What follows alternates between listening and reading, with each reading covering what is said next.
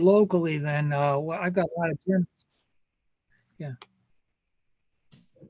Locally is good, but broader education is good too. And you have time. So take your time. I'm going to let folks in now. We support it all. And thank you.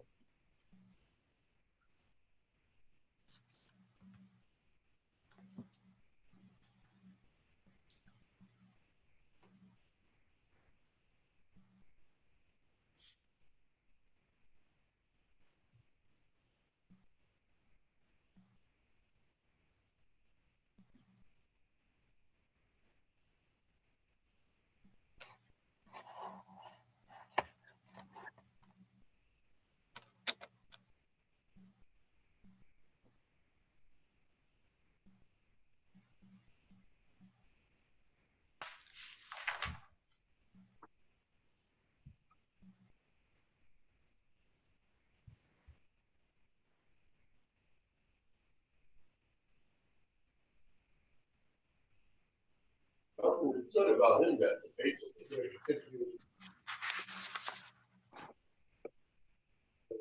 I looked at too. Yeah, that's one guy that's school. Yeah, I heard it.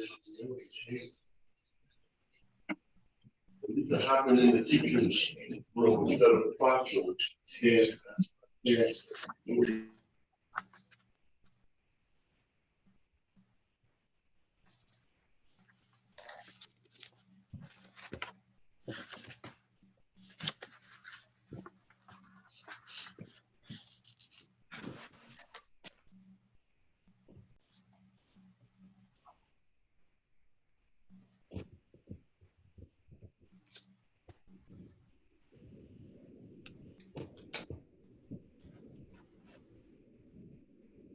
Next day was okay. Yeah, he was complaining about back. You know that.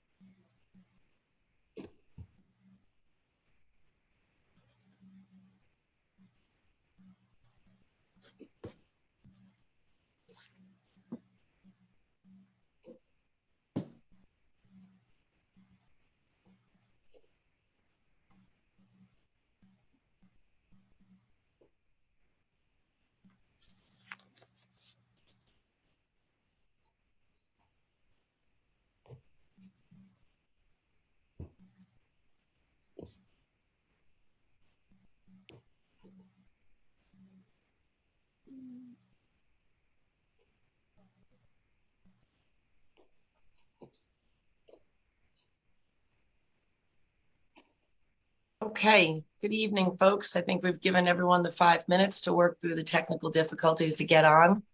I'm hoping that you see the March Madness invitation. If someone can give me a thumbs up on the screen. Thank you so much, Jim. So those are our events coming up for March Madness. This is our 3rd annual session. And as you can see, we have some great programs with invasive species and water wetlands. We're going to be talking about the new state wetland law and rights of the river, rights of nature. That's a big one, as well as the proposed bill by Senator Harckham, chair of the Environmental Conservation Commission, about his stream Class C corridor protection bill. It didn't make it last year, and we hope it makes it this year. It's very important. March 31st, we have a full day, folks, full day.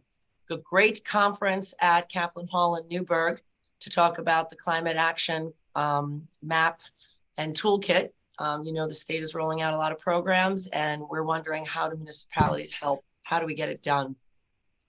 And after that is done, and we're going to have food at that one, we're going to have a delightful walk from Kaplan Hall to Downing Park, given to us by the Newburgh Conservation Advisory Council, Kathy Lawrence.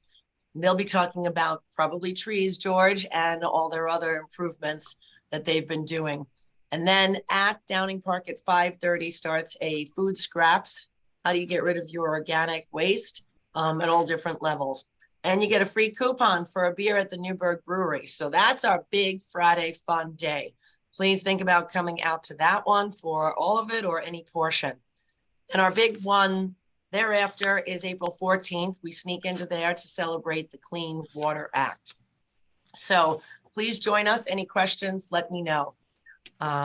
So I am Kate Schmidt. I am the Sustainability Coordinator for Orange County, as well as a land use planner in the Department of Planning. Please be sure to mute tonight. We ask that you keep yourselves on mute. You can talk to me in the chat box, ask any questions. We'll do them at the end of each speaker and at the end, and I'll try and get you answers ahead of time if possible. Please use the chat box. Chat box is always fun as an exchange of information as well. The panelists will see it and they will also answer it. Everyone feel free, use it. It's always important. Sometimes I feel like you learn more in the chat box. Remember, this session is being recorded, and the recording as well as the slides will be available on the Orange County website, specifically on our sustainability page in a week or so.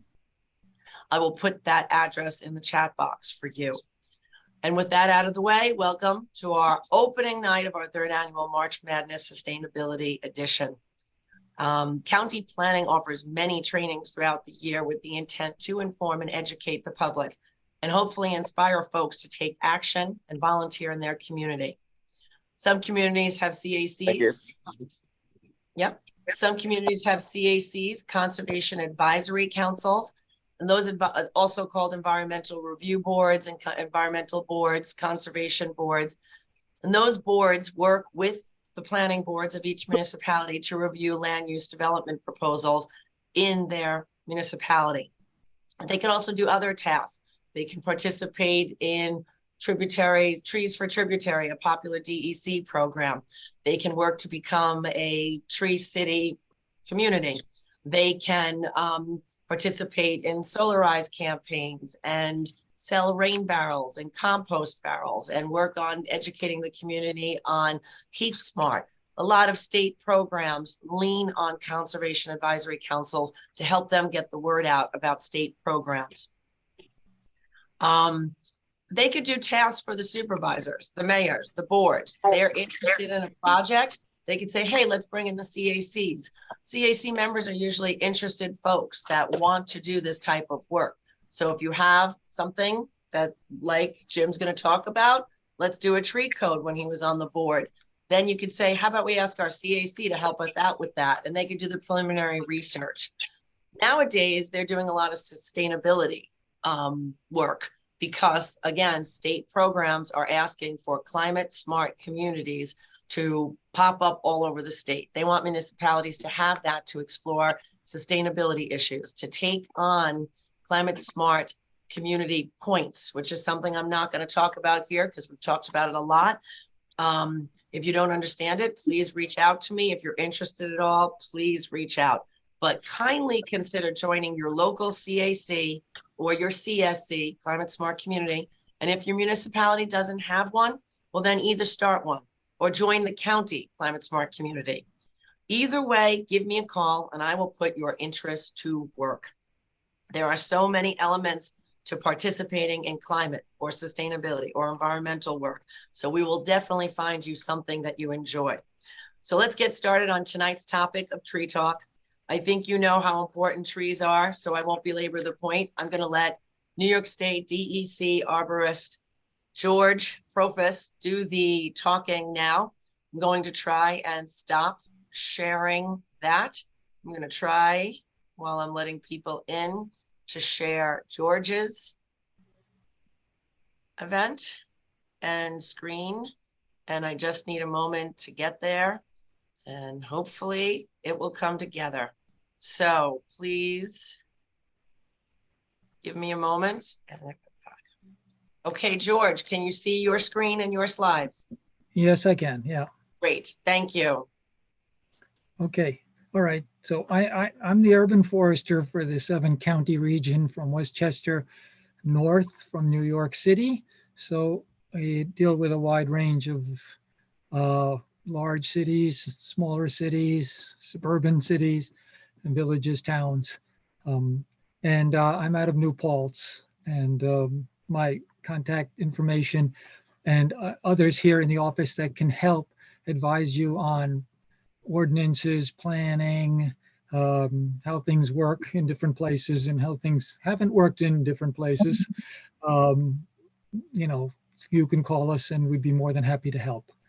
Okay, my my talk starts very generally here. So trees are a river to the sky, and what basically they trees, we all know about carbon sequestration, and there's a lot of talk about the value for reducing carbon. However, what trees really do for us, even more than the carbon sequestration, is, well, obviously give us oxygen, but they move water. They move water from the ground to the atmosphere. And by doing that, they're cooling down our cities, towns, and they're also changing the climate around us and downwind. So under the big picture, if we have the fewer trees we have in one part of the country where there used to be, which used to be forested, the more likely there is to be a change in the amount of rainfall in another part of the country. And that change can be due to the amount of moisture in the atmosphere, or because of the additional heat that's going into the atmosphere and changing the way things circulate. One of the things is that we know about is the urban heat island, which basically surrounds most urban areas, which can range anywhere from a few degrees up to about 8 to 10 degrees Fahrenheit, which can make a huge difference when temperatures reach 28, 30 degrees centigrade, like in the 90s, and that because it could affect health quite a bit. Okay, so basically this shows that. So, okay, the next slide. Yep. Trying. Maybe Okay. start something. There we go. Okay. Okay, these maps show the projected changes in the annual average temperatures. And if you look at our area of the United States, we're at about 2 degrees, which is more than, I think, the average for the global average that is of concern. We basically affect climate further downwind of us. And we have to remember that we're part of a metropolitan area that reaches from Virginia all the way up to Boston and Massachusetts. And that makes a big difference when you start looking at huge areas. So we change the climate by being part of this huge metropolitan area, but we also change the climate locally, in our areas. So, okay, next slide.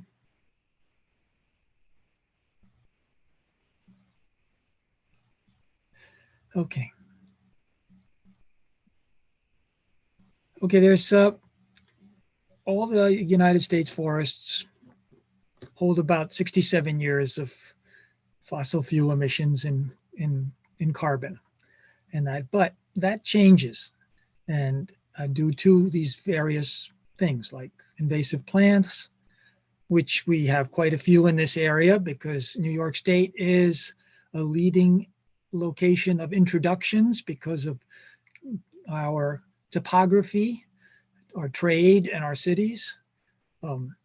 When temperatures go up, we also get new introductions from different parts of the world.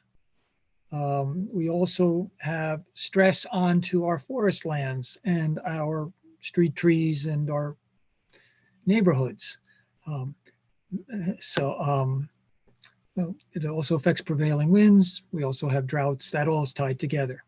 So as temperatures change, our forests are actually declining. We have a lot of invasive species here. We have the spotted lanternfly coming up. We have, gypsy moth that's been here for years. We have hemlock woolly adelgid. We have a whole battery of things that are causing issues with our forests, which means in actuality, in the last decade or so, the amount of carbon that's been stored in the forest has decreased. So one of our important tasks is to look at areas that are forested, try to slow down the urbanization rate, or not really slow it down, because that's almost impossible because we don't have control over it oftentimes, although that's up to your cities and individual towns. But we can control it by what we want for how it's developed and that. So we control it by controlling the canopy cover of the trees and protecting the soils that are underneath the trees. Now you have to remember that soils hold more than 50% of all of the carbon in the world. So when an area is cleared for development and that soil is exposed, actually it's the soil that's releasing huge amounts of carbon, just as much as eliminating the trees. Okay, next slide. Okay, picture on the left is the Sahel in Africa, but it could be anywhere out west in the desert areas. Picture on the right is obvious. It's White Plains.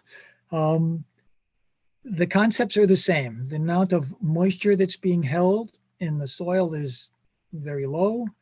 Evaporation rates are high, so that you have extremes in temperature, and that affects both the city that you're in or the town that you're in, and globally it affects other parts of the world.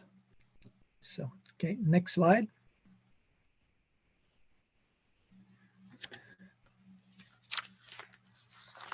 Okay, the other speakers are going to speak about different types of protecting vegetation cover and forest lands, and in their communities. I mean, what we use is either tree replacement formulas or planting formulas. For example, number of trees per parking spaces in parking lots, things like that.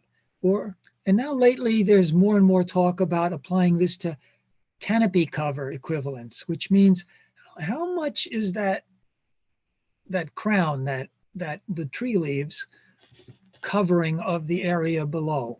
And there's been a lot of research in this area, and there more and more the consensus is that there's this like magic number almost, that's about 40% canopy cover is very important. So the whole idea would be that on a bigger scale is to try to keep about 40% of the canopy cover in your communities. And I've seen things that have been proposed in different places, from like 20 to 50% canopy cover, and that comes along within like 15 years or 20 years. It's based on the type of trees that are planted or protected. But the bottom line is that the requirements, whatever kind of formulas are used, have to be simple, clear, and most importantly, clear enough to be enforced and supported by both, local government, and your community. So there has to be quite a discussion beforehand. This becomes important because, I mean, here you kind of see a very extreme example of what do you call those? A distribution center. And that, so every year in the United States, an area the size of the state of Delaware becomes urban. So the idea is that our local impacts, summed up, are huge, both locally in terms of temperatures and regionally. So by 2030, the amount of urban land is in the world from 2000 to 2030, the amount of urban land in the world has tripled. And that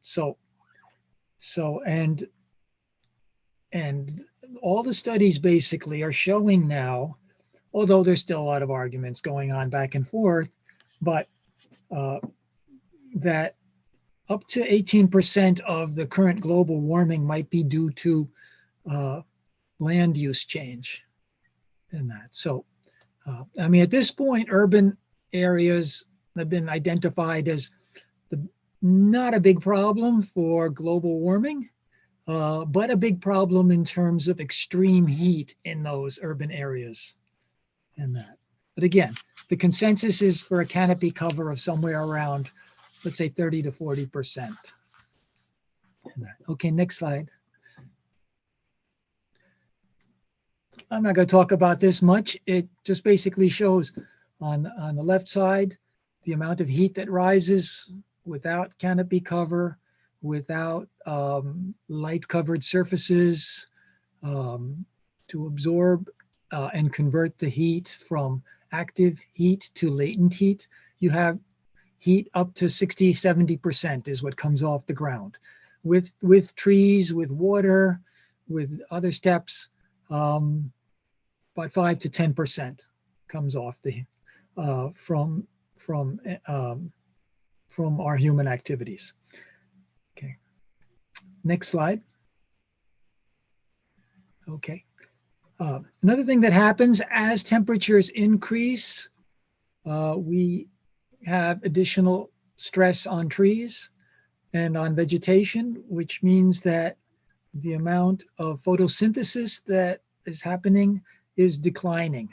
So when the temperatures go above 25 degrees Celsius, which I'm not quite sure what it is, everybody bouncing back and forth between Celsius and Fahrenheit, but it's 25 degrees Celsius, then the photosynthesis starts to decrease. So the idea behind having trees and cooling in cities, light roofs also, and and other things, is to also decrease the temperatures, which would increase the photosynthesis, which would again decrease the temperatures. One thing that's not shown here, it says that water is taken up, nutrients are taken up, and CO2 is taken up and oxygen is given off. But the big thing that's missing here is that the tree is transpiring.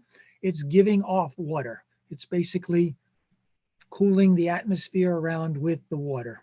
So if trees cool by direct shade by up to 30 degrees, 40 degrees when it's hot, especially during the hottest parts of the day when it's like 2 o'clock or so in the afternoon and that, but they also decrease the temperatures by giving off moisture and absorbing the heat. Okay, next slide. Okay, this just is an example of the type of different temperature changes. If you have a tree, it'll decrease the temperatures a lot more than if you have an umbrella covering the shading, and the difference, creating the shading. The difference is in the amount of water the tree is giving off.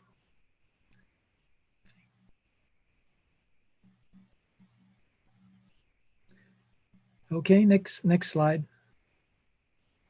Okay, this is the same kind of idea. A tree acts like what they call swamp coolers in some parts of the country, where basically evaporates water. So any of these slides are available. I can make them available to look at. And there's an article in the Urban Forestry Council, the New York State Urban Forestry Council, Trees a River to the Sky, which covers some of the things that I'm talking about. Okay, next slide. Okay, this just shows how the trees reduce the peak temperatures.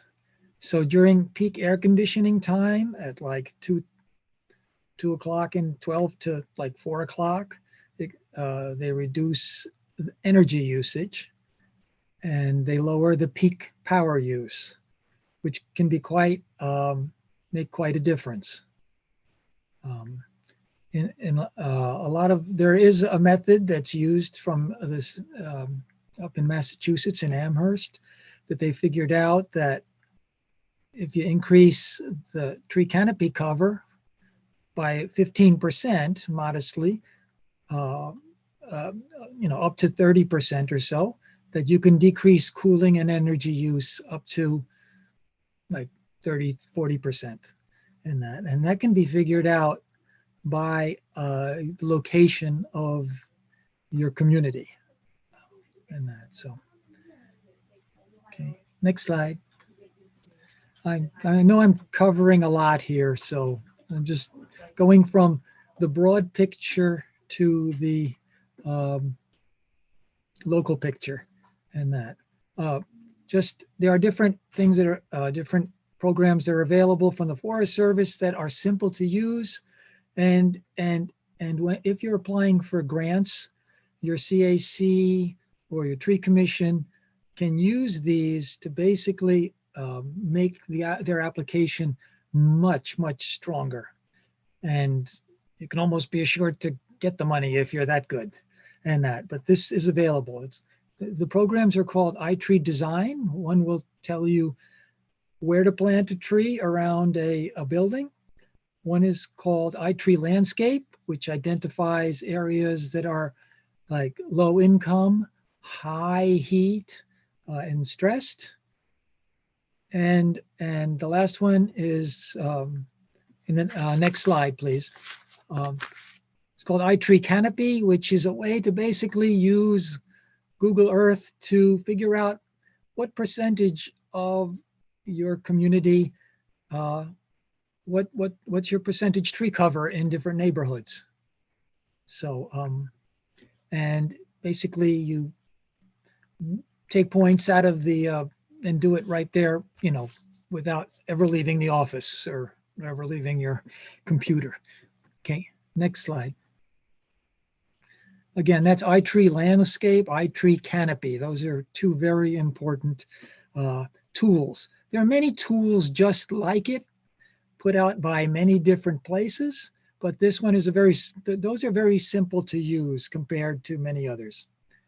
Okay. How do you create a community and a great community and get more benefits than costs from your trees? You need to plant trees that live a long time. You need larger pits. So a lot of it is street design, or if you're dealing with streets. Also, it's important to hire a municipal arborist. And I'm going to move on to the next slide, and I'll just say that these are available. Okay, why am I talking about this kind of detail? Because good tree structure and somebody that knows how to plant well is very important. Now, what this slide shows is if a tree is planted deeper than it is grown, which means that if you get a tree from a nursery, it's oftentimes anywhere between 1 to 6 inches too deep, that the roots are up to 6 inches deeper underneath that soil that you get from the nursery, and it needs to be planted higher up, and that soil that's on top of the roots needs to be removed. And so one has to be careful. And if one isn't careful, the amount of trees that don't survive into the future is very high. So if your depth is, let's say on the average, 3 to 4 inches deeper, the tree has got 3 or 4 inches of soil over its roots when it's planted by someone, and that's not adjusted for, you can lose up to 20% of your trees easily.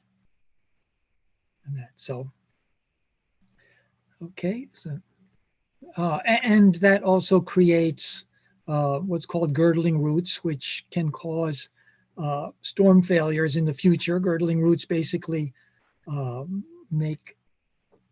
have the roots circle around the tree instead of going out in the surroundings and instead of going deep into the soil, which means that it's been found that there's a lot more storm failures when trees are planted wrong. When trees are planted, the second year and third year is a good time to prune them. So, and oftentimes we wait 30 or 40 years, and that causes the cost to go up. Pruning the first 3 years is 20 times less costly than making up for it in the future. So, remember I was saying that if your trees are planted too deeply, that a lot of them will die. Good percentage. If as little as 4% of your trees die, it'll take 10 years to come to the break-even point of your costs versus benefits. So anyway, okay, next slide. Sorry, I'm taking up too much time. So I'll skip this slide. And that, okay, 185-mile car trip at 25 miles a gallon needs 1.35 acres of forest working for a day to make up for the carbon dioxide. Again, the reason why I'm saying this is one needs to consider that trees affect temperatures and heat. And that's even more important than the carbon dioxide. Okay, next. Okay.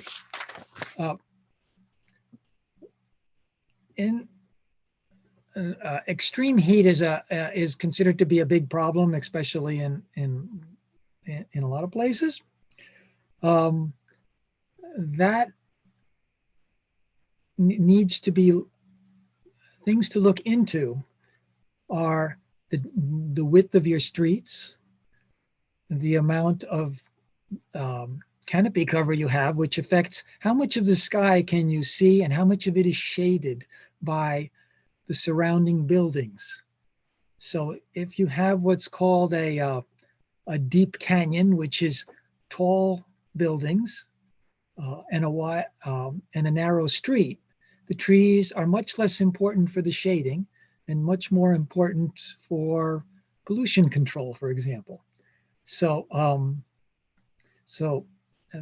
and there are different effects, but those, again, don't have time to go into that here, but Yes, these sure. are things that need to, the what? We're going to ask you to take another minute to wrap it up, but I just want to say, but Okay. they're important, whether it's for pollutants or heat effect, they're important. That's the most important takeaway. Yeah, that's exactly. And that, so, okay, next slide. I'm trying. Okay. Okay, the idea here is for example, on the lower right-hand corner is Broadway in Newburgh. That is a prime place to look at plant trees because you have a low height to width ratio. So the street canyon is shallow and wide. You have a huge sky view factor. It's oriented east to west, which means that you are hit by the sun. You have the local airflows come from a westerly direction. And after that, the tree spacing makes a difference. In some areas, you can't plant trees because you have utilities, for example. In those areas, you can plant smaller trees, but you need to plant them closer together, like 20 feet apart, instead of 30 or 40 or 50 feet apart for large trees. And those effects of that spacing governs how much cooling you get. And just as important, the spacing between the trees is important, because that allows, if you have sidewalks in hot asphalt areas, that allows the heat to radiate out at night. So you need spacing between the trees. So we're more than happy to help you with any of this kind of stuff. And next one is the wrap up. Try. Here we go. Sure.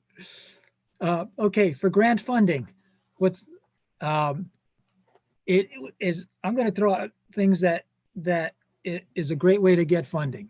If you have ideas for your communities, Arbor Day Foundation has what's called the TREE, to send in kind of your proposal to them, and they use it to speak to different foundations and corporations. And it's called the Tree Restoration and Engagement Event. And it's online, and basically it's not hard to fill out. The New York State Urban Forestry and Urban and Community Forestry Grant should be released within the next month or so. That's going to be round 16, and there's funding for inventories and management plans. And as part of your management plan, I would recommend, and we'll show you how to do this, try to include hiring a part-time urban forester or municipal arborist. The idea is to implement that management plan, because we have very low success in long-term change, and we're looking for making a difference. And so is the federal government, which is, the New York State's going to have double the amount of money this year for the Urban and Community Forestry Grant Program, so don't miss it. The Inflation Reduction Act is going to be pouring a lot of money into New York State. And they're looking for you to hire people and use it to implement projects. And so recommend that if you have an area, a demonstration area, the best thing to do is to push a demonstration area in your neighborhood or in your community. There's Urban Forestry Council grants for Tree City wannabes. That's like $1,000 for anybody that wants to be a Tree City. Those usually come out in January, and you can apply, and it's a one-page application. Then they have what's called an Urban Forestry Reward Grant, and if you're a Tree City for more than 5 years, it's $1,000 basically, and you apply to get $1,000 for a project, and that. And there's other grant sources also. And there is an extreme heat action plan that's coming out for larger communities. So keep an eye out for that. So I'm sorry, I know I've covered a lot, and thank you for your patience. And if you have any questions, next slide, please. Oh, next slide. No. Okay, there you go. Right. If you have any great. questions, the main thing is give us a call. Great. Thank you, George, so much. We're going to speed it. We're going to leave this up, and we're also going to have more contact information online. I will even go back to the other one because the grants are probably the most important part. Right now, we have Eric Schellenberg, the Natural Resources Educator from the Orange County Cornell Cooperative Extension. He's going to talk about municipal, what George just kind of talked about, the management plan. And I just want to say, since he just said it, if anyone's interested in doing inventories and management plan, I would suggest maybe working together or reaching out to the county.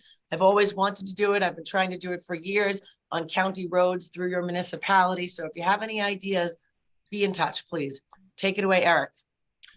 Okay, thanks. I am going to share my screen in a moment here, but I guess I'll just talk for a little bit first. Okay. And while I go, I'm not going to be as long, but please, if you do have any questions or comments, please feel free to unmute or put it in the chat or whatever. I like talking with people. So thanks, George, for giving us an overview and some detail on what trees can do for us and how they're so important. what it really comes down to in a big way is the idea of the development that we have planned for a certain area versus whatever's left of nature or whatever's left of previous anthropogenic nature, whatever we planted, and having to revert to that basic idea of we need to get rid of that stuff that's there and we need to start fresh. So obviously for some development, that's the only way it can happen. And I think we all understand that if you're going to put a parking lot up, it's very ridiculous in some ways to work around existing trees. It's better to clean the whole thing up first and then put your trees in later. But there are a lot of instances where that mentality creeps into developmental context where it doesn't have to be that way. And I guess that's the point of my talk. And so that the way that we approach development versus nature is not only in our regulation, it's also just in our cultural mentality. And what I'd like to point out is that it's not like that everywhere in the world. And we may do well to look at some examples from other places. So a lot of different countries do it differently. I'm going to jump into a couple slides in a second, and I'll talk about just some examples of what other countries might do that might give us some ideas. Stop the sharing now. You could take control if you'd like. Okay, cool. Thank you. And if anyone still needs that information, I can put it up again, and you could always reach out to me. Eric, when you're ready, you take it, right? You're good. But there you go. You're up. There you go. Thank you. That's beautiful. It is, isn't it? Is it in presenter mode or no? It is still not. There we go. Good. Oh, it's gorgeous. Okay, yeah. So this is kind of a little bit off kilter here, but part of the view that I have about this whole question comes from, I got a couple times to go spend significant chunks of time with a family in an indigenous community in Mexico, and they have street trees and community forests like you can't even believe it. And so it really shaped how I think about street trees here. We think of street trees as coming from a very selective list, and it's either got to be a honey locust that doesn't create any pods, or a linden tree that won't drop any trash, or maybe an oak tree, but it has to be the smallest acorns because acorns are a nuisance, or everyone hates black walnuts because there's all these nuts falling over the ground and you can't mow over them.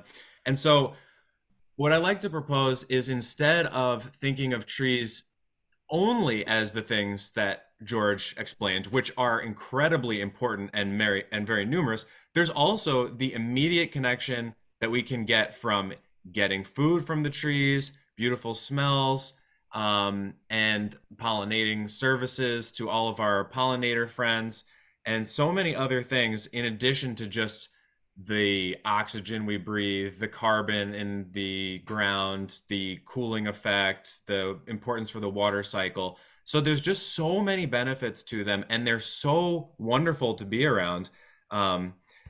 So that's Mexico. Obviously, Mexico is a different climate, but here is Ulster County. So, and I found, certain pear species and trees in Orange County as well. And so this is just probably wasn't planted, probably was just a seed because of where it is, growing out of an absolute crack in the sidewalk. And here it is, covered with beautiful pears that are delicious.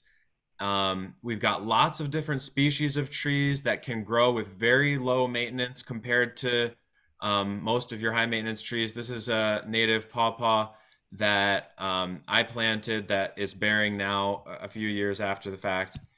And that's my daughter.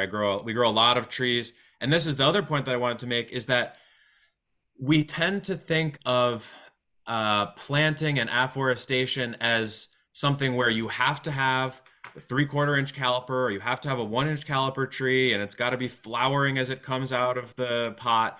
And there is another way to go about it, which is not only could be way cheaper for communities, it can someone in their spare time, a master gardener, can generate 1,000 trees for basically free that could be planted in a community with community effort in locations where they might bear fruit and be beneficial to people or cast shade.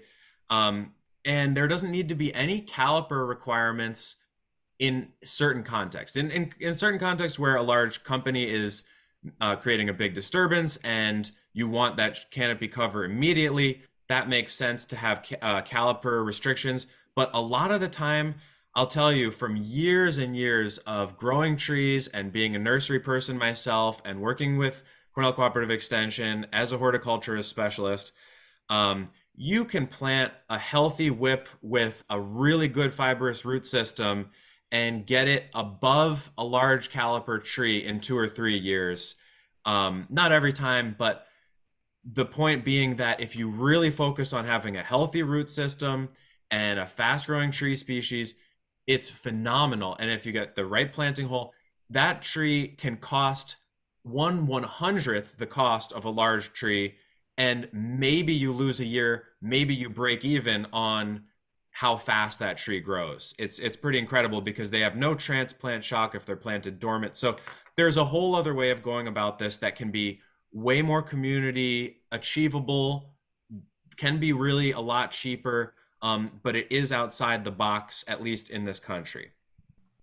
And here's just a couple pictures of, this is a probably 4 foot by 2 foot area that has about 500 chestnut seedlings in it. Doesn't take a lot of space. These things, after 2 years of growth in the ground, are 3.5 feet tall, 4 feet tall. We can establish nurseries that are on the micro scale that could supply, all the trees that we would want to plant out in large numbers. Here's another species. This is black locust, and not only is it a beautiful shade tree, dappled shade because of its compound leaves, it also has edible and aromatic flowers that are wonderful for pollinators and taste like peas covered in honey. So that's another nice benefit. You can eat them. And then at the end of this life cycle, you can harvest it and produce rot-resistant lumber that is as rot-proof as pressure-treated lumber. So we can actually be thinking of trees not just as a cost that we have to put into the landscape, but as all these other benefits. We could have plans where we actually harvest these things and use them for signposts in our community. There's a million different things that we can do with the appropriate species. Here's another one. This is, every year I go around and collect these leaf bags because it's the perfect mulch scenario to start new trees. The bag is the sheet mulch, and the leaves inside provide, a nice duff for planting new trees. And just a couple pictures here before I wrap up with a couple closing points about a specific town. So this is another great one. This isn't as often planted because it's mass producing. This is a shagbark hickory, and it produces these beautiful nuts that without too much work can be harvested and made into incredibly dense, nutrient rich food. And I feel like part of the reason that not everyone gets excited about trees is because the benefits are so long-winded and somewhat removed. I mean, everybody feels that coolness when you're under the shade of the tree, and that's very immediate. But food and, timber are real immediate benefits that I think are undervalued. And so there are a couple examples. Seattle put in a 7-acre food forest. That was pretty neat. That happened a few years ago. So anyway, that's just a bunch of ideas to get us sort of thinking outside of the box of what could a tree ordinance bring to us? What can tree codes do for us in our towns? And then, so I had the pleasure of working with the Town of Monroe Conservation Commission. They had received proposed edits to their tree ordinance, and I went through it and was happy to be involved and looked at the edits and made a few comments myself. I'm not going to go into sorry, am I sharing still? I'm trying to X this out here. Please leave. You could leave it up because Jim doesn't have it. So leave it up. And if anything, it gives us something to think about. And if you want to show more while you have more pictures, you can show it while Jim's talking. Okay. Please continue. I accidentally just X'd out of that. But the point of the matter is, what it seems to me is that some proposed changes to the ordinance, um, they sounded like they were making it more difficult to save trees, basically. And that may not be a bad thing in every context, right? We don't want to prevent every tree from getting cut down so that development can happen or can't happen. But we need to make sure that we're unambiguous as far as if there's going to be an exception to a tree ordinance, it has to be very clear why and under what circumstances that could happen. And then there needs to be some kind of review process so that a large development doesn't get the ability to cut down a certain number of trees beyond what seems like it's stipulated in the code. And then they say, well, oh, there was this ambiguous part of it and we thought we were doing something, and that's fine. So I think the keys that I saw in there are that you need clear definitions as to potentially the canopy percentage that you start a development with and the canopy percentage that you end the development with. And there needs to be a path forward towards the developer eventually trying to get back to that canopy coverage. And if not the canopy coverage that was there before development, at least something, and something that is meaningful, not just a gesture. And so it doesn't all have to be in the same exact location. So there is this concept of within the boundaries of your municipality, like George said, can we keep at least 40% forest cover? And so there are a lot of ways to go about that. You can imagine having the penalty of cutting more trees than would be allowed going into a fund that would essentially go towards afforestation in other parts of the county or towards buying trees for parks and things like that. So there is that idea.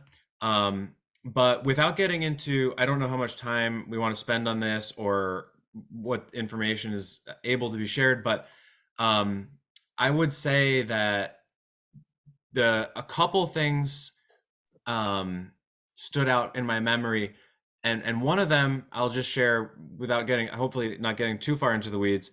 At one suggestion was that tree nurseries should be exempt from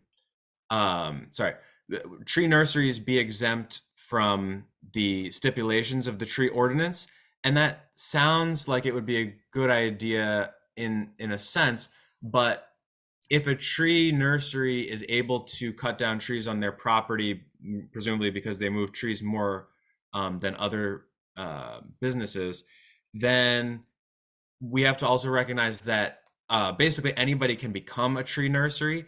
So all you need to do is say that I'm going to be a tree nursery, and then you get a license from the Division of Plant Industries for $100 for 2 years, and boom, you're a tree nursery. So I think we just need to be on the lookout for loopholes where, you know, developers might potentially use the letter of the law to achieve goals that don't align with the intent of the law.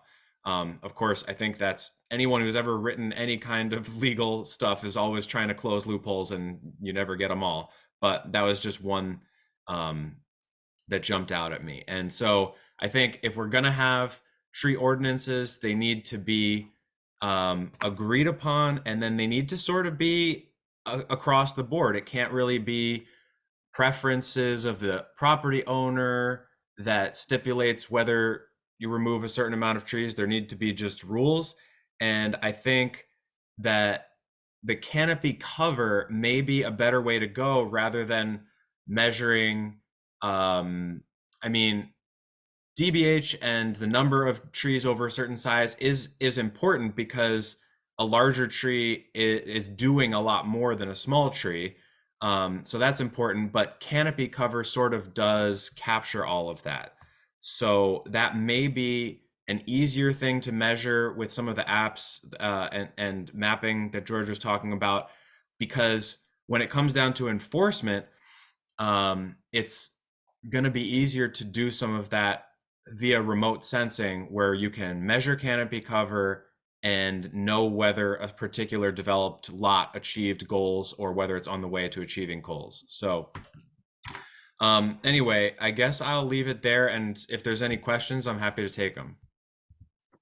Okay, thank you. I think that's great. And we also have some Monroe officials here. So we'll let Jim go and then we'll take all municipal questions at the end, if that's okay.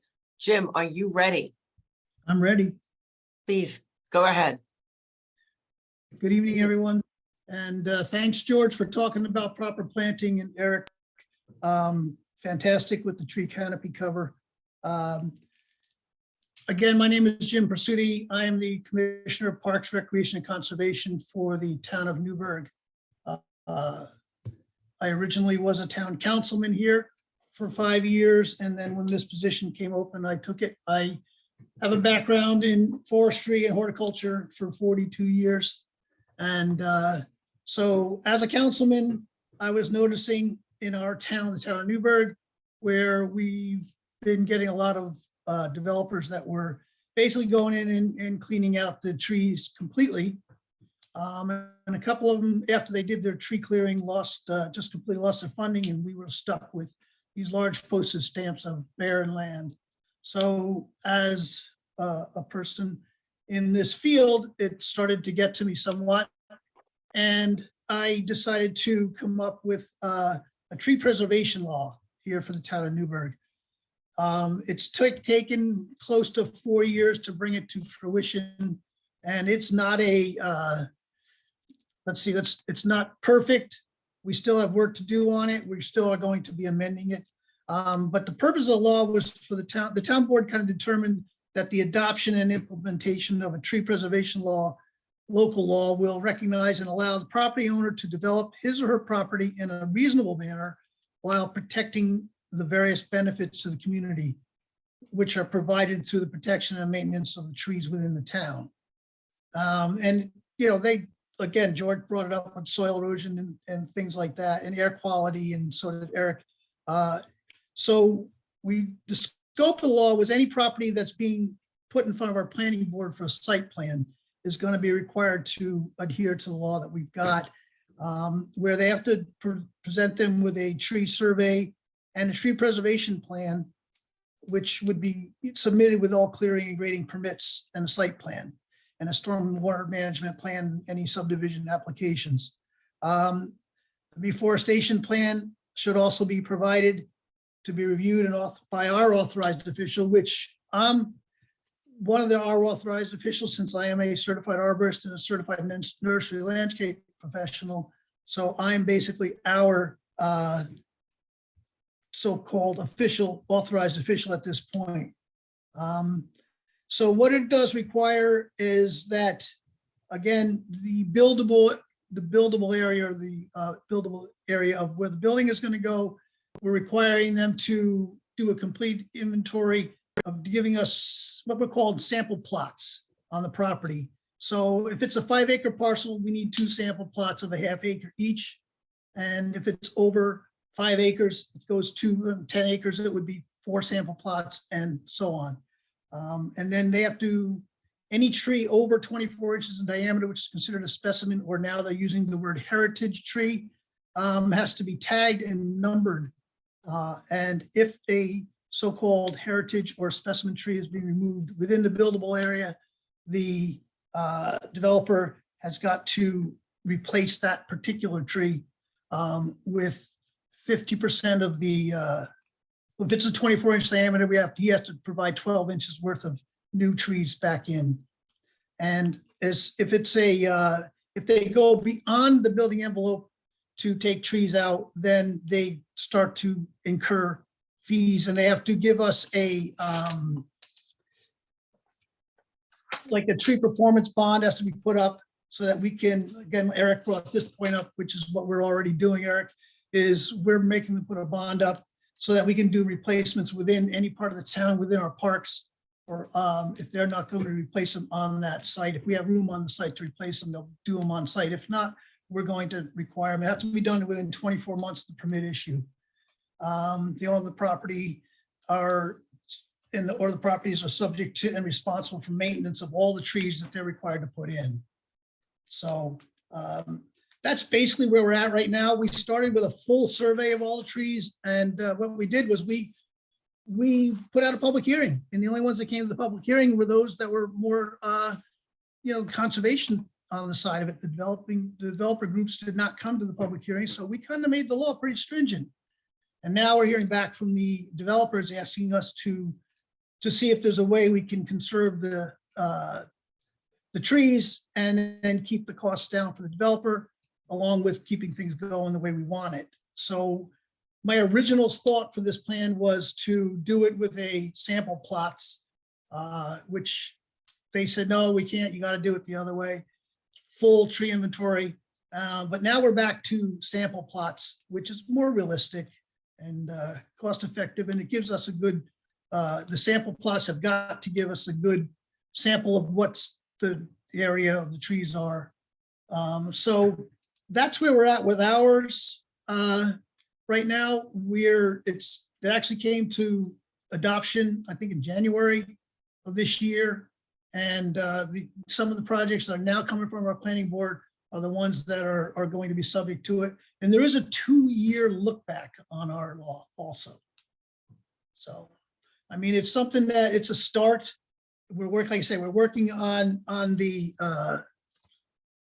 new adoption of different amendments to it right now. And so I'm working with our attorney right now and our engineers and others on that right now. But that's where we're at in the town of Newburgh. And again, I can take any questions if anyone's got any. Be more than happy to. Okay, that's fantastic. I'm going to start with you. I'll give a few questions and then I'll check the chat box. What you just said was the 2-year look back because you started in January. Are you suggesting that you can go back to developments already and start to, if they're already erected, the developments, or is it just what building applications are within the 2-year window going forward that they, have they had their proper paperwork in? Yeah, right now we are looking at those that did not start development on their development, that we can go back to 2 years and look at it, because we do have a couple of parcels that were completely denuded in the last year that we're going to go back and look at because their plans are still in front of the planning board. If the plans were completed and the project was completed, then no. Right, so if the plans are still at Yes. the planning board, that's your 2 years. Even, Mhm. okay, so if it was completely denuded because it was approved, you have nothing you can do. At this point, yes. Yeah. No, I Right. wouldn't think so, but at Right. least moving forward, that's a good thing. Well, the other concern I have is the sampling. I was a little confused. You had said you did the full survey. A full Mhm. survey of what? It was a full inventory of the trees on site, anything over 14 inches in diameter, what we call significant trees. Right, but So any where? tree You mean per over, any tree parcel? over 14, yeah, any tree over 14 on the complete parcel had to be inventoried. An inventory survey, what they call tree survey, would be numbered and turned in to the planning board. Okay, of each proposed, you were doing that for proposed whole site, property, Right? not for a the whole site. townwide management plan No, that you were ma'am. inventory. No, No. this is only for properties that are coming in front of our planning board for development. Okay, that clarifies that. But then when you said that you still have them inventory, the 24-inch and up diameter trees, please tell me that is on the full, that they do a look-see to That see is what? on the full, that absolutely is on the full site. Yes, ma'am. Yes, okay, that's what we want to hear, right, folks, on the full plot, anything over 24. Excellent. Numbered, tagged, and shown on the plan. Okay, fantastic. Some of the questions in the box, yes, again, this will be recorded. I look up in the chat and you will see the website address where it is. Patricia Hennigan from the town of Monroe would like to know who did the tree survey for the town of Newburgh? See, it's not a tree survey of the town of Newburgh. That's for, as we just discussed just now, that it's actually any developer that comes in front of our planning board has to provide a survey of the property. Right, good. Thank you for clarifying that again for her as well. Fred would like to know, what is the best practice for informing and inspiring our fellow citizens on climate smart communities and tree management planning? And I would defer to George's last slide. It's all about funding for tree management planning. And Fred, I would take what George said, that if they have double the money right now, this is where you want to apply. So you do need to get those inspired fellow citizens, and either on a climate smart community, or, you know, talk to your board members and say, we need to apply. This is what Monroe's doing. This is what Newburgh's doing. May I, Fred, can you tell us what community you're from? And go, Eric, please. Yeah, I just wanted to throw one thing in here, is that we have a really cool opportunity coming up. Share my screen again.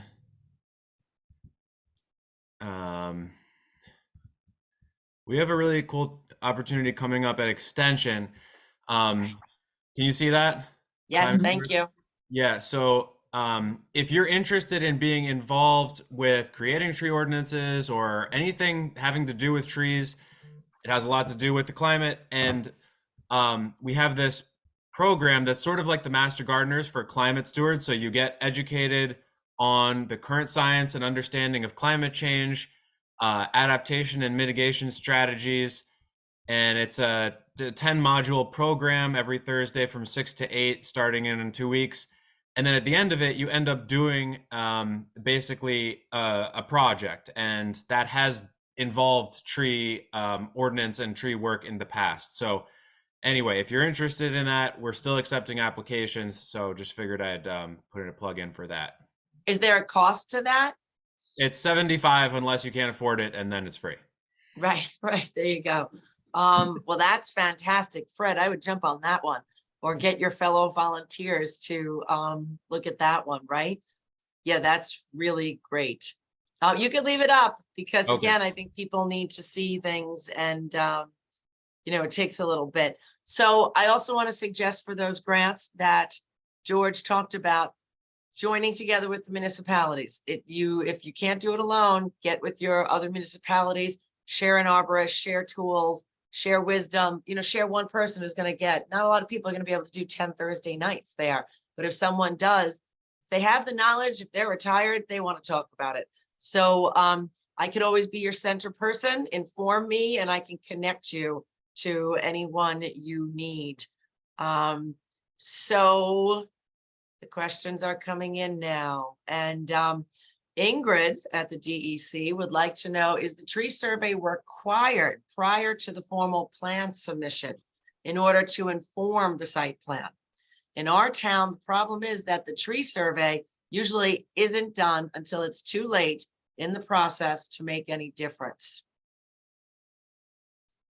Yeah, so this, for us, I'll take this, for us, this one is, as when the site plan is submitted to the town, the survey should be with it, and any of the significant trees or the specimen trees should be shown on the site plan.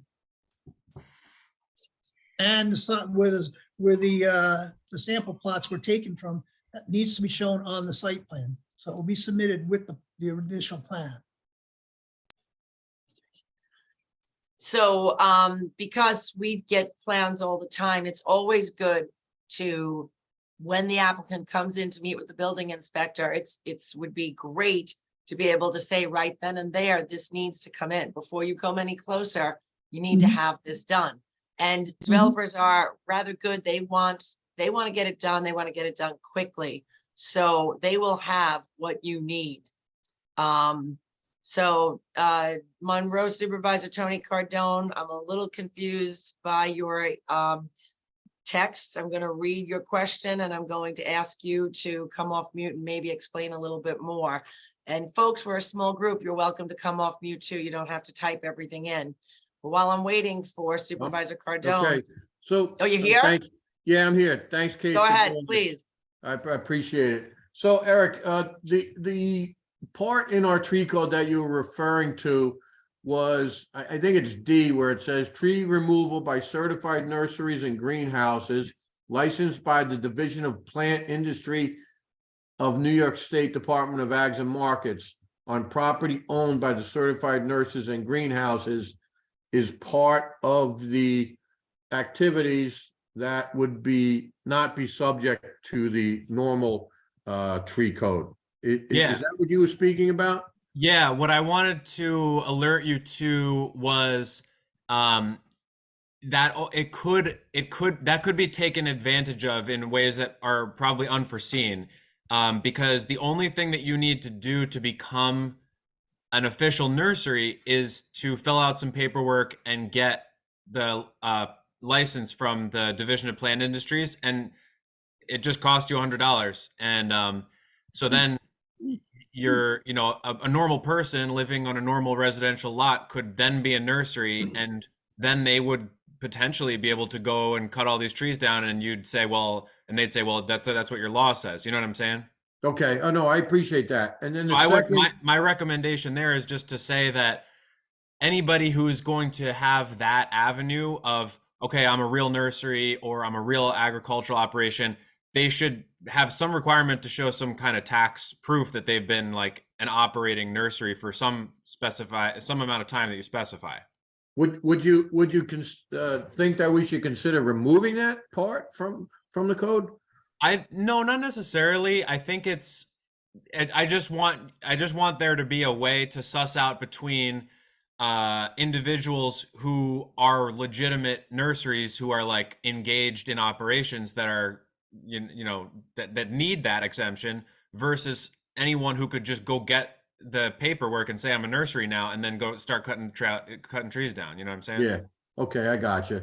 And then the other part of my question is, right below that, we have in that code, it says tree removal as part of a farm operation located in an agricultural district.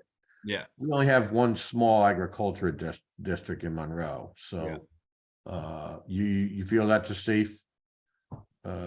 Yeah, I mean, I think that makes sense. We do see sometimes, small landowners trying to become a farm to get different kinds of benefits, and if they're not really a farm, you'll probably be able to tell.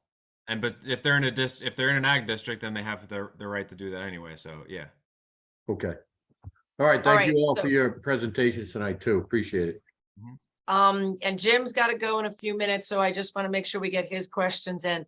So again, Jim, you had a lot to give us, and you have to itemize all of it. I think I'm going to get with you and we're going to bullet it. Maybe I'll put it on the website, because they're asking, how was this established as a requirement? Now, you were on the town council, so it has to pass. Do you want to talk a little bit more about how it was established and if the plan is available for viewing? The plan was established as, like I said, it started when I was a councilman, and I had the other town board members were all on board with it. So that's how it basically was established, based on the fact that there were people coming in and cutting down just about every tree you could find, and then just leaving the property blank. So that's how it was actually established from us. And then the rest of the town board were on board with it. I gave my input to the attorneys and our engineers and staff here, and it was comprised that way. And that's how it was established. Now, I do want to clarify one thing. I looked back at the law because, again, I'm not an attorney either, but that one question about they had to do it, submitted their survey with the plan. And I did read a section here that says that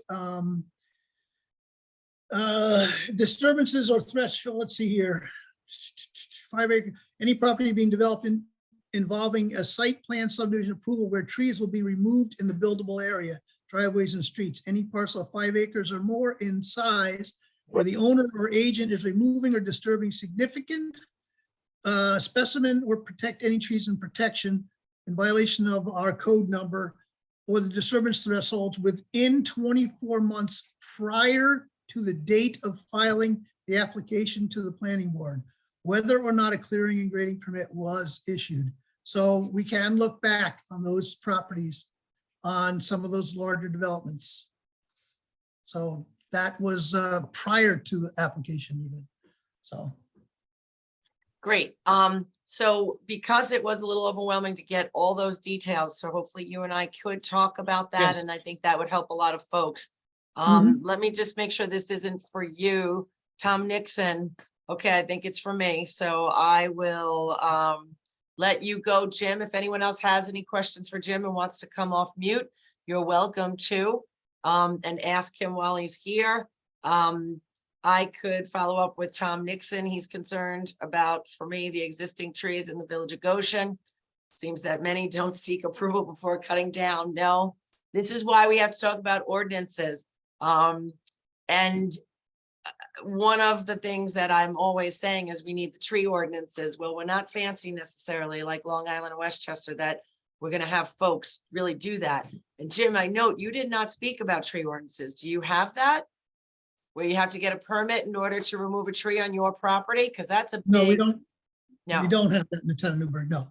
no. No. And that's where we need to, that's a big leap. I would rather, I chose to do the low hanging fruit, that we get the tree inventories. We figure out where our champion trees are, our specimen trees are, and we work to protect those. And tree replacement formula is my big one. I've bothered George about that for years now. We need to have something established. I was listening to all of you talk about these things.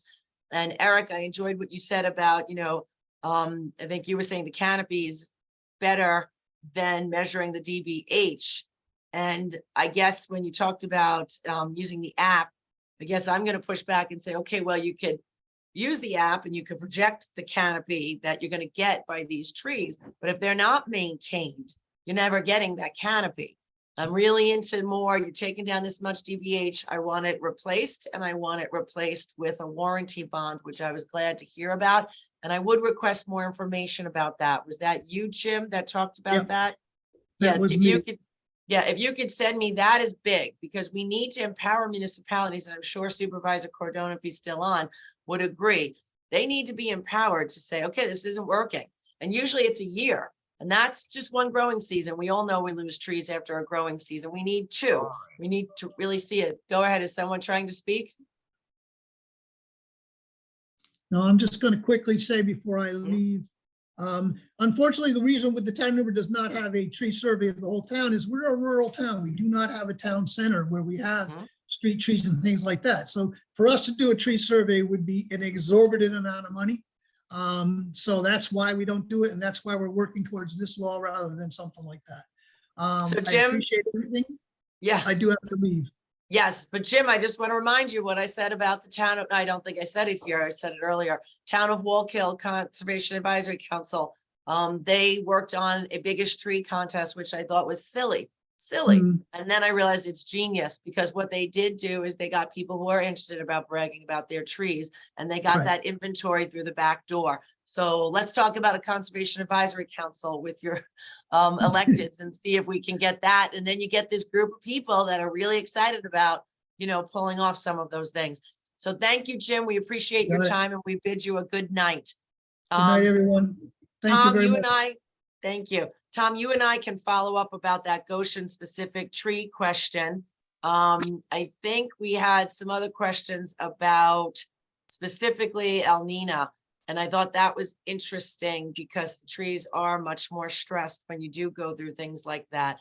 So Fred wants to know, does the El Nino or La Nina cycle affect short-term tree care and longer-term tree planting? Eric, is that you? George? I would say, I mean, it's a good question. I would say in general, the main issue as far as planning and establishing is about the moisture and the timing. And so I wouldn't necessarily be worrying about whether it's a La Nina or El Nino year, but more like last year we got a very cool, moist spring, and then followed by an incredibly long, hot, dry summer. And that was terrible for establishing trees. So we had a lot of Christmas tree plantings lose a large proportion of small baby trees that they had planted.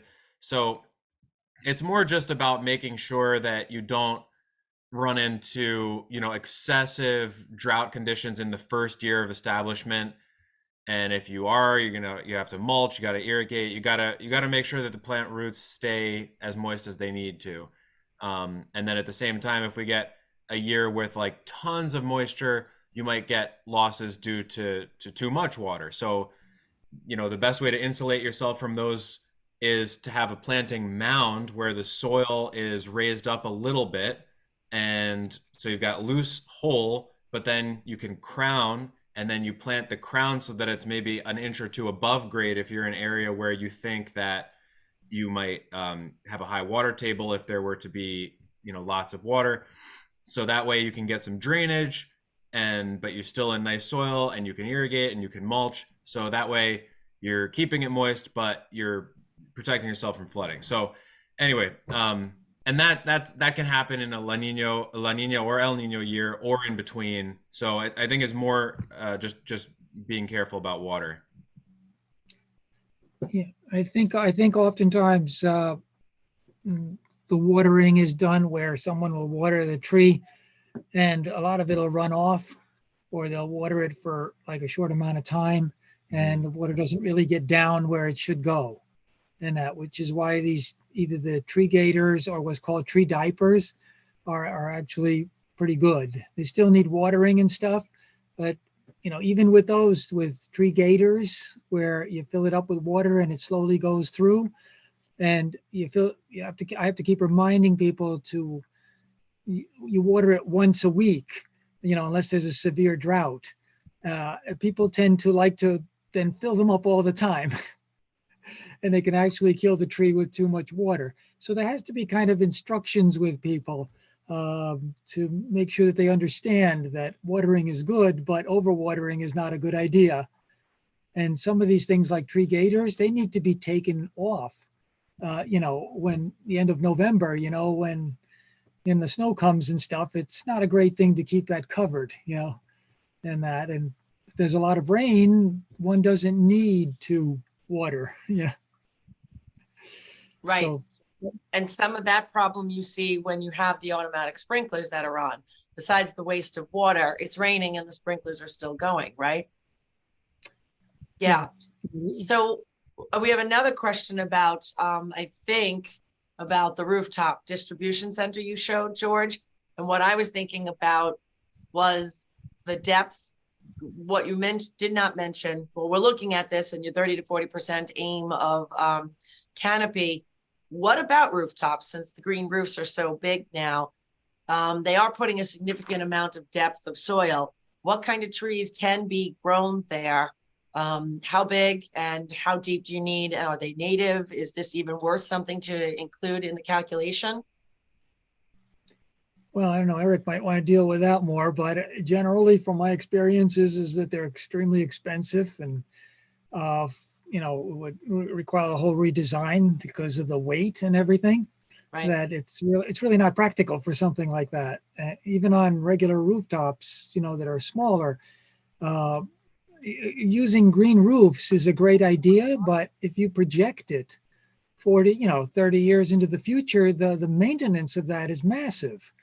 So there is a lot of questions, even by people that have advocated them, that have said, like, don't do it, you know, unless, you know, special situations are wonderful and that, but they are special situations. So in a situation like in a huge development like that, where you've got this huge rooftop, maybe, you know, go with solar, go with something that goes on top of it, where that, you know, and then have the tree cover put someplace else, in the parking lot or in an adjacent area or something. Yeah, I think, yeah, green roofs can have a place and they can have some benefits, but keep in mind the vegetation on top of a roof is not the same as you know, what's growing in soil or what's growing, you know, a tree canopy.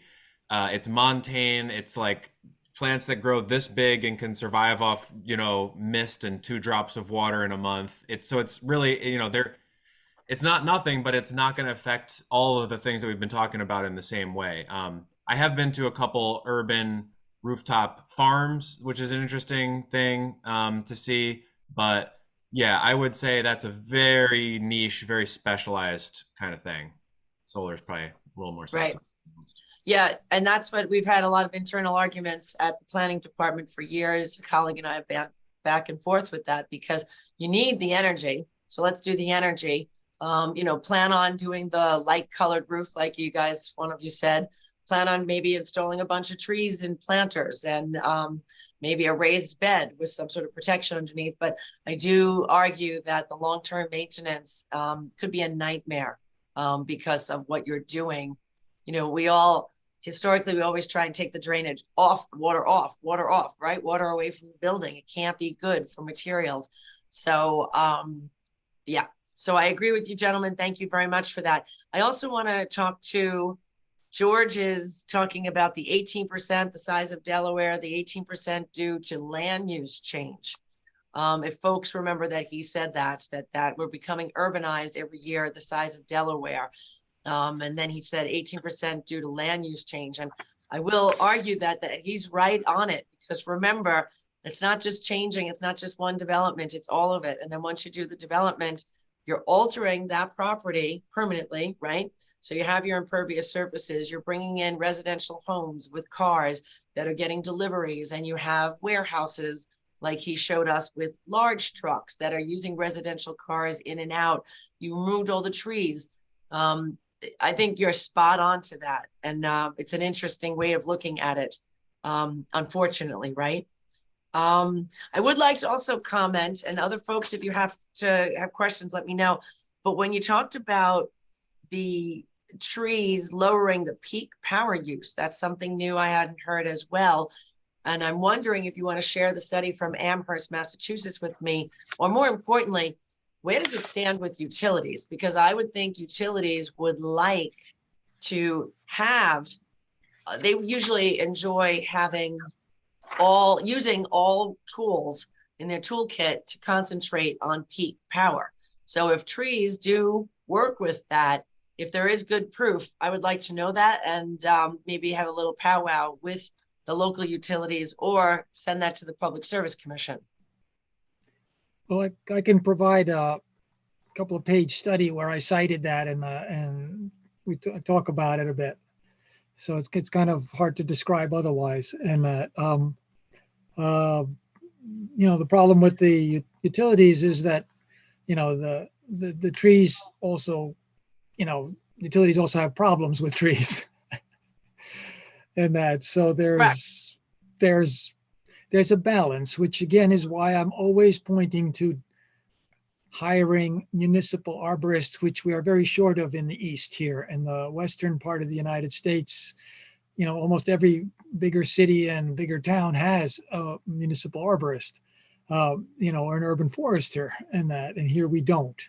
We just don't have the people, and we haven't encouraged it. And one of the things that I've been arguing is that our grants should include paying for a part-time or a full-time, perhaps for the first year, municipal arborist for, a community or a group of communities or a county, to have available. I do 7 counties and stuff, but that's not the same thing as having a person that lives in your area, that's part of your communities and working with your municipality directly, and is available there. I've seen a big difference where I've worked with certain bigger cities and towns because, I have to allocate my time for like 2-3 weeks straight over the year.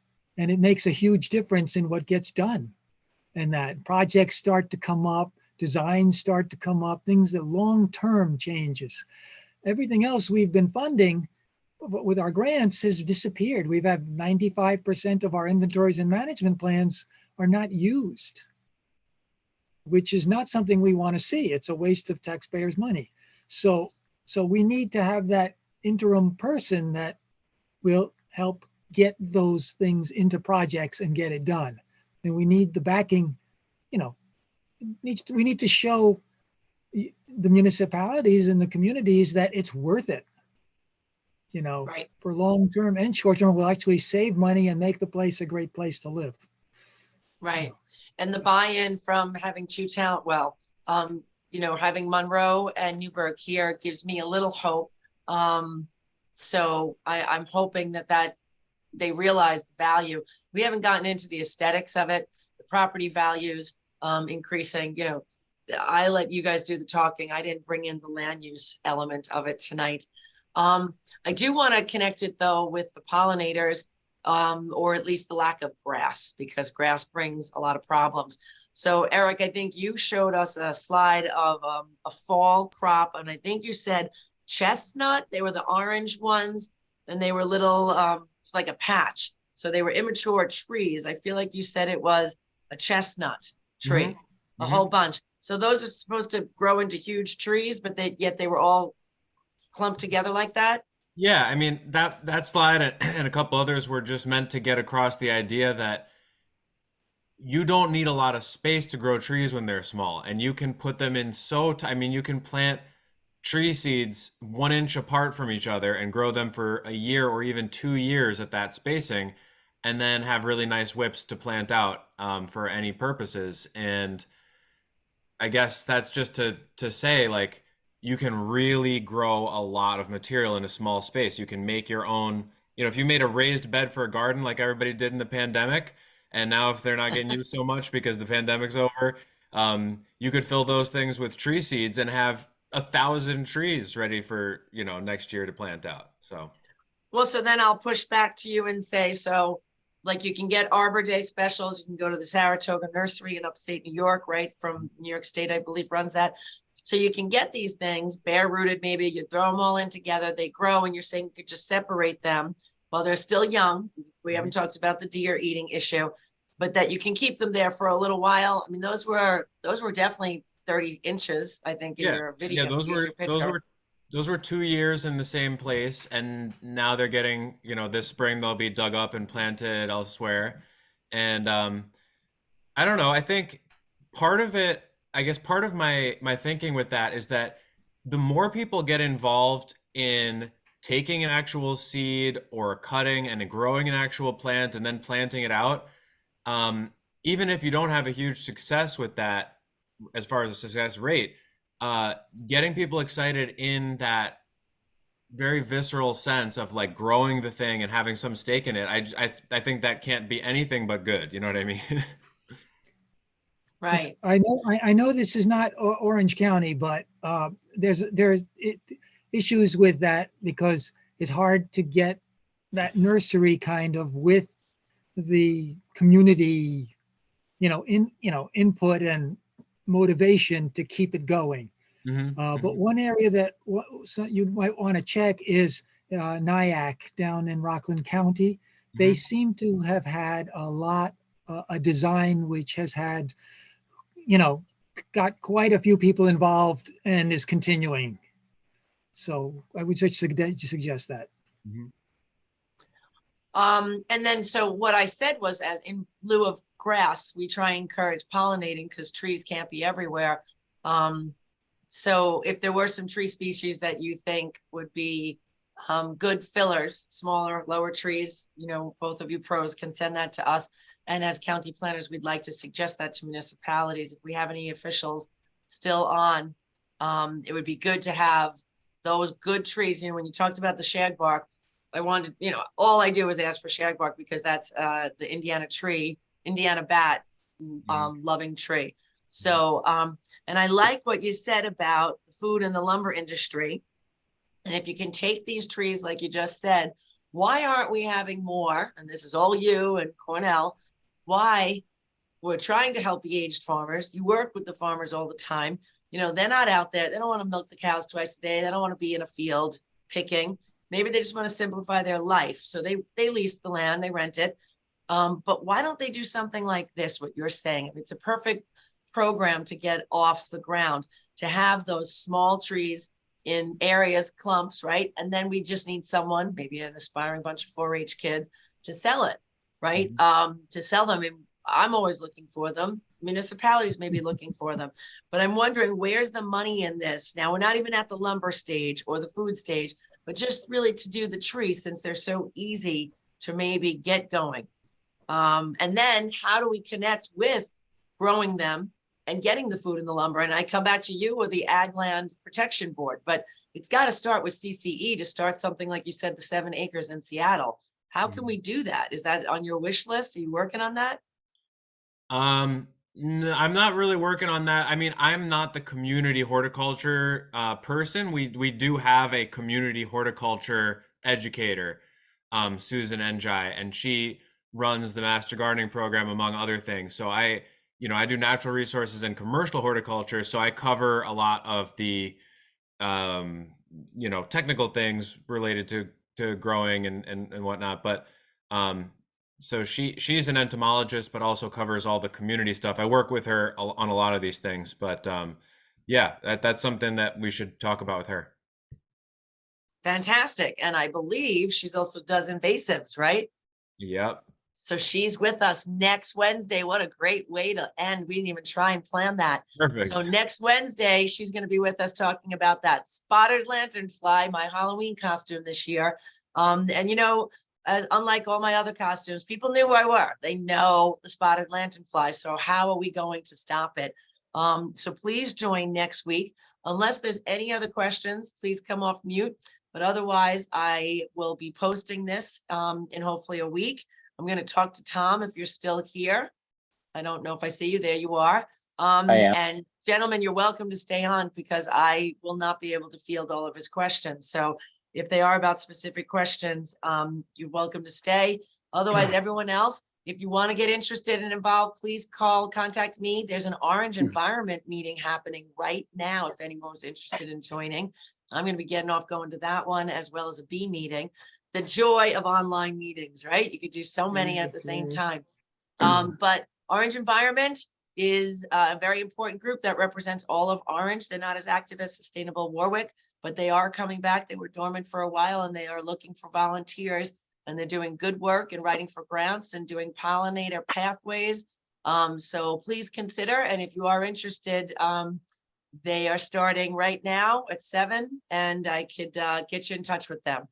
I think they meet usually Wednesdays. What is this? The third Wednesday, second Wednesday of the month. So, and it's online, so it's easy. All right. Thank you all. I am so wonderfully grateful for your time tonight. Thank Have you. a good one. All right. So Tom, what exactly do you mean by these trees in Goshen? So I bought this house in 2008, an 1881 Victorian in the village of Goshen. My house had a number of large trees that just happened to die. I mean, I guess they reached an age limit and they happened to die, whether the water table changed or they had heart rot or whatever. But what I've seen is there's a house across the street built in 1853. The architect was Frederick Olmsted. And the trees, I mean, so he did the architecture, he was the architecture of the house, did the landscape. And those trees, I came home one day, there were all these cranes and just cutting down all these huge old trees. I personally had to get a letter from each of my neighbors before I built a deck extension on the back of my house because it came within 6 feet of the fence, or it wasn't even, I think, 8 feet or something. And that had to be approved. And I could not believe that I could come home and they had to have no approval to have all these trees cut down. Another one directly next door, huge old tree. And he knew how upset I was about the neighbors across the street. So he let me know I'm going to cut it down. And it's just like, there's just nothing I can do. It's just, and then down the street, there's 2 more. People are just cutting trees down that there should be some type of a permit or an inspection or something before they can take these 100-plus-year-old trees down. Yep. So Tom, once you said 1881, I think I knew the house just because I know they have a number there. So what's your address? Well, you don't have to do it here. And then the one that took it down was the house with the solarium facing the track, right? On the corner? Yes. Yeah. No, my heart cried. Very, very disturbing. And that is why I love the town of Walk Hill's approach to get the biggest tree competition, because we're going to keep losing trees, especially by the trail. There's a gorgeous one, and that's where Good Time Park was, and that's the proposed 174 houses, and they'll work around that tree. right? Because everyone says, oh, you have to save the tree, but they're putting 174 houses, folks, in a smallish area with underground parking, I believe. And the tree is going to go. It's going to eventually go because of the change George may talk about. It is very happy there, George. It's the old mile-long racetrack. It's a rather wet area in certain parts. That's pretty dry. I walked there a few months ago. So it is a happy, absolutely gorgeous, perfect field Looks tree. like the tree of life from Bug's Life. I mean, it's just magnificent tree out in the middle of the. Yep. And so the village board approved 174 houses to surround it. So it's going to slowly die. But that's our village board.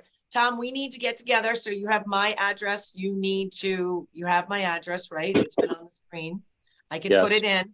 You can, you have it, the email. You need to send me yours. And right, I put it in the chat. And we can commiserate, talk, annoy the board until they, we did have a tree committee. And a number of years ago, when I met with the mayor to talk to him about climate smart communities, he said, well, we have our tree committee. And I said, well, they could do both, but tree people may not be interested in anything else. Really, it's just a committee. Just do something, right? If you're concentrating on trees, fine. Call yourself a climate smart community because you're going to get these points from the state. Concentrate on trees. And maybe when those people leave, you'll worry about energy. And when you worry about this. So that was supposed to be taking, I never know about the tree commission and I don't know what they're doing. We had some mayors in the past that would plant one tree and I was out there planting 20 in the summer and they took a picture of her tree and they put it in the paper and they didn't care about us and the scouts and everyone else cleaning the parks and planting trees on the weekend because I sit on the parks board. So we do this annually, or we used to, because I can't do it anymore. They've mowed over my trees in all my parks. They don't respect them when they're little, when they're medium. I've gotten trees for TRIBS grants and somehow those disappear. And I have to explain to the state and sully my name because these trees are gone. So it's been a very, very negative experience for me personally. And I look forward to speaking with you about how we could change that. Does anyone else As I have was anything? listening to that, I even thought that could be a great Boy Scout project as far as planting all these small trees. Yep, been there, for been them. there. People don't want to clean. The school, I've been dancing with them for a long time. I said to them, I said, oh, I'm sorry, I called them because the village, it's all about who you know and who you have. The village had an elected official who was basically an uncertified arborist. And he would go around the village and plant trees himself, dig the holes and do it. And even when he got off the board of being a village trustee, he decided to come to parks and work for us part-time just so he can just keep doing that. And people respected him because he was doing that, but they still don't want to clean up the trees. They don't want to maintain the trees. They don't want to take off the diapers that George said got to come off. They don't want to take off even the ropes and the material holding the tree. So then they wind up suffering and getting tight. And I'm over there trying to get it out. They just don't want to maintain the school. I had said to them, I called them. Oh, so then this guy started a tree nursery. He would collect little pods, go around, and he put it by our reservoir. And now it's all grown out of control. That's why I was very interested in what Eric was saying about planting them, because he would plant these little things. He'd put up a fence so the deer wouldn't get in, but you have to maintain that. Once he moved out of town, everyone let it go. But that's how great he was. And when I called the school to say, hey, I saw you lost 2 trees, which I thought was weird. The one on the right, the one on the left, both of those went down in the storm. But, I'm here to offer you other tree replacement. He's like, no, we didn't lose them in the storm. We took them down. I don't want to clean up the leaves. Yeah. They were gorgeous. They were on both sides. I think they of the come up from the school. They were city and they planted think deliberately to weigh and balance and enhance the school. And he decided to take them down. And I love what you said about the porch, because you got to go through. And that area variance came to my office. We had to sign off on that porch, but yet no one cares about these historic trees and no one cared about the school trees. And they just go like that. George, did you want to say something? Go ahead, Tom. Well, they asked me to be on the zoning board, which I really find kind of anticlimactic. I mean, there's nothing exciting, nothing we can, okay, here's your regulation. Do they fit this profile, blah, blah, blah. Yes, you approve it, but you don't really get to do anything. I mean, I'd much rather be on the planning or something a little more exciting and thoughtful. just like I see, this has nothing to do with this particular topic. All these warehouses that they're building everywhere, why aren't they covered with solar plant panels on the roofs? I just don't get, there's so many things they could do that would at least help. So let's get together, and I can tell you that, but for the rest of you, it's up to the municipal officials to say that. They can put that in their code easily. I would just, again, go to the state, as I have been for years, saying all new construction needs to have this. It's home rule, but the state could definitely do something, and each municipality needs to say every new building over 1,000 square feet needs to have solar, and more importantly, geothermal systems is more important than solar at that point, because of the ease of when it's being built. It's important to do it then. But you and I should talk, because I would just suggest to you, say they need people. Every village certainly needs people. They're smaller than towns, but you need those volunteers. So I would suggest saying, sure, I'll sit on the zoning board as long as you start a CAC. And the Village of Goshen always had an ERB, and then it slowly died, which is why I said, how about we bring it back? And they said, we're going to concentrate on trees. So if you volunteer, I'll volunteer. I told them we can get at least one more person. That's all you really need for a board, is originally 3. And then you got some say and skin in the game. So we should talk. George, Okay. I keep saying, do you want to say anything? Well, no, I'm just listening. You probably you kind of got it covered. You have to become part of it, and then push for maybe historic or heritage tree. Start with that, because there might be a lot of pushback between private and public rights and stuff, especially when it comes to trees. People are worried that you're going to start telling them what to do. So you start with like special heritage trees, in a small way, and protect them.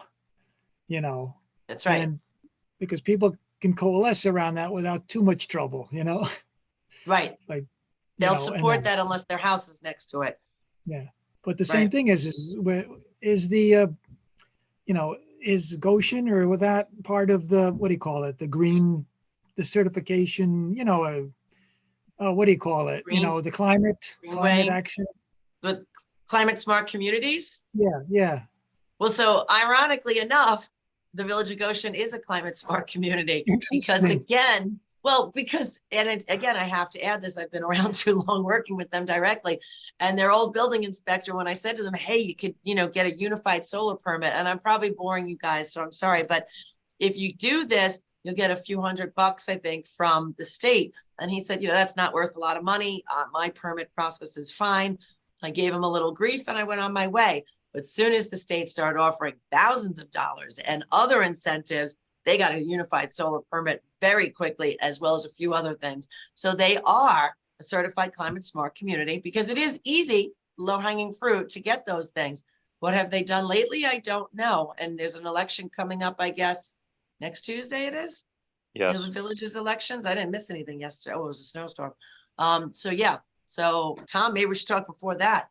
But so they are a Climate certified action. community. Climate action, the communities in the past, at least, and maybe it's changed, have really left out the trees quite a bit. Correct. And they change So- a lot, George. They do update the community, the Office of Climate Change. They do update their criteria, because Orange County was a pilot for them. So we've been the first county, and I've watched all of the growth. So we should maybe lean more on trees. I think they're probably going to take a lot from the Climate Act meetings. And I think the next round for Climate Smart Communities, we're going to see hopefully a lot more information and pledge elements, they're called. And then for our continuing education, do we have to print off a certificate somewhere, or how do we? Let them That know. is all up. What are you getting it for? Just the ZBA, we have to get 4 hours of continuing Right. education. And this So was you are on the very, ZBA already. yes. That makes, all right, so that's doesn't give you as much weight to be as convincing to make it a CAC, but we'll talk about that. So yes, it's up to your village whether they accept this or not. I can give you a certificate that proves that you participated, but your village is the one, or your host municipality is the one who decides that. They sent it out to us, so I'm assuming it's so. I just know that we had to let them know that we also participated in that, and I thought there was some type of a certificate or something. Okay, they forward you this, so Tom, you have to get on my list. I have a list of all these people who are interested in environmental everything. And so we got to get you on my list because I'm very happy that they did forward it to you. Normally that doesn't happen, so this is thrilling. Maria It doesn't Derby. mean I'm sorry? Maria Derby, she's the village clerk. She sent it out to all of us on the village board or the ZBA. Right. And that's what we asked her to do. So I'm thrilled about that. But you still need them to approve it. By them sending it may not mean they'll approve it, but I've never heard of them not approving it. So And it doesn't even matter. It's just one of those things. It's like I was happy to participate. And if I get Right. continuing education, that's great too. Right. So send me your email, remind me about the certificate, and then let's talk about everything else because there's a lot going on. Sounds good. All right. Patricia, Thank you you are very much. well.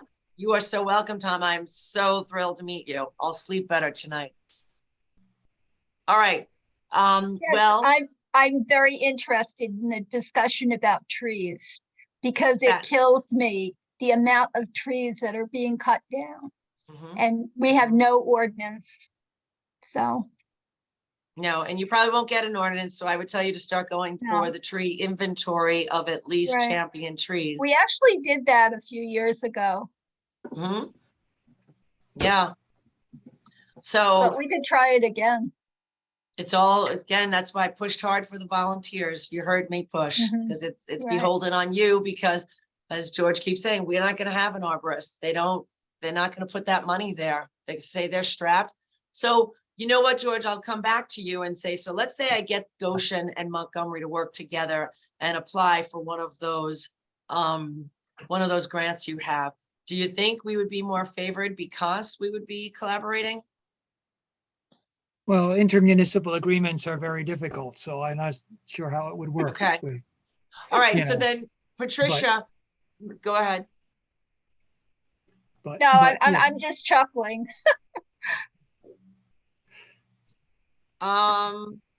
Well, Patricia, we should talk then. And George, could you please send me the details of all of those grants and I could send that out and share with people, but I really need it to start thinking how I could pursue this with different municipalities then. And even if we work together and we all apply together, maybe we don't have the intermunicipal agreement, but we have one arborist who works very part-time in a bunch of them. That would be you know, good. I think that would be more doable on that. That Right. would be, yeah, And he there would is He would have um, full-time work then. there's going to be an info set. If you go to urban forestry, the DEC urban forestry, you type that in, you get to the DEC urban forestry page. That talks about a lot of grants when they come up.